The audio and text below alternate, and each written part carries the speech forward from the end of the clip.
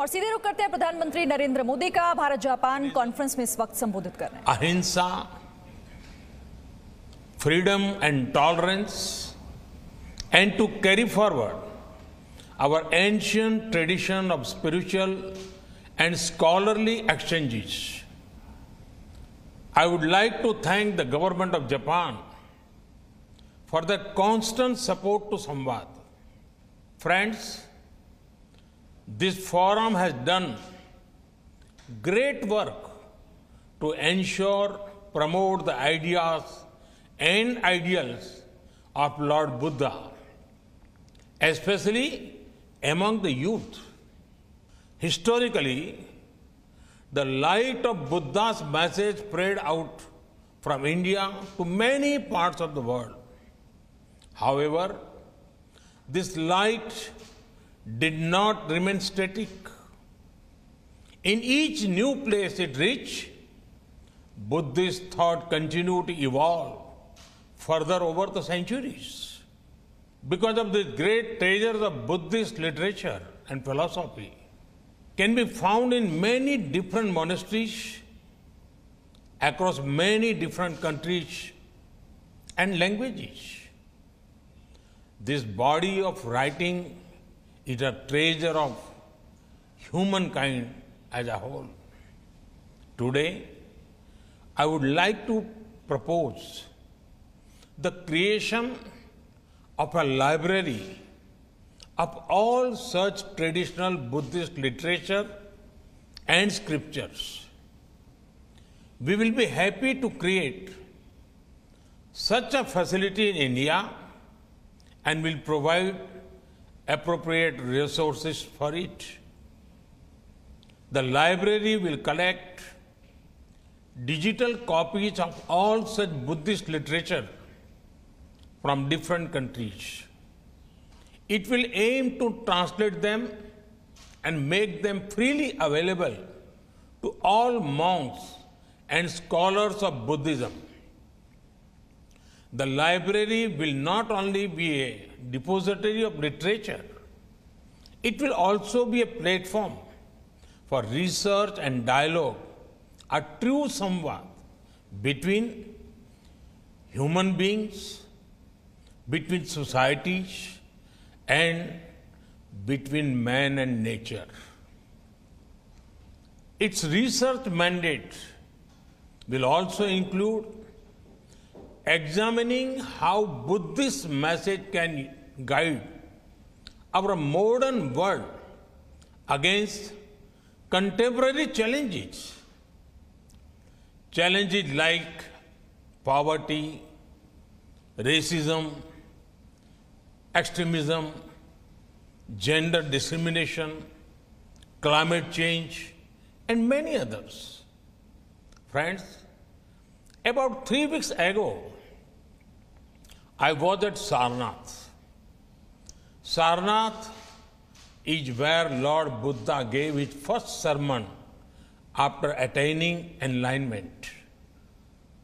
This Jyoti Punj emerged from Sarnath, spread across the world, embracing the value of compassion, nobility, and above all, Manav Kalyan, the good of entire humanity. And gently, peacefully, it changed the course of world history. It was in Sarnath that Lord Buddha spoke in detail about this ideal of Dhamma. Dhamma for him was more than a prayer and rituals. At the center of Dhamma are humans and the relation with fellow humans. Thus, it is most important to be a positive force in the lives of others. Samvad should be one that will spread the spirit of positivity, unity, and compassion across our planet. That too at a time when we need it the most. Friends, This is the first Samvad of a new decade. It is happening at a critical moment of human history. Our actions today will shape the discourse in the coming times. This decade and beyond will belong to these societies that place a premium on learning and innovating together. It will be about nurturing bright young minds who will add value to the humanity in the times to come. Learning should be such that furthers innovation. After all, innovation is the cornerstone of human empowerment. Societies that are open-minded, democratic, and transparent are better suited to innovate. Therefore, now is the time, more than ever before, to change the paradigm on what we see as growth. Discussions on global growth cannot happen only between a few. The table must be bigger. The agenda must be broader. Growth patterns must follow a human-centric approach and be in harmony with our surroundings. Friends, it is rightly mentioned in the Yamak Baggo Dhammapada, Nahi Beren Berani Sammantit Kudachan Averena Cha Sammanti Esha Dhammo Sandantano. Hostility will never achieve peace. In the past, humanity took the path of confrontation instead of collaboration. From imperialism to the world wars, from the arms race to the space race, we had a dialogues, but they were aimed at pulling others down. Now, let us rise together.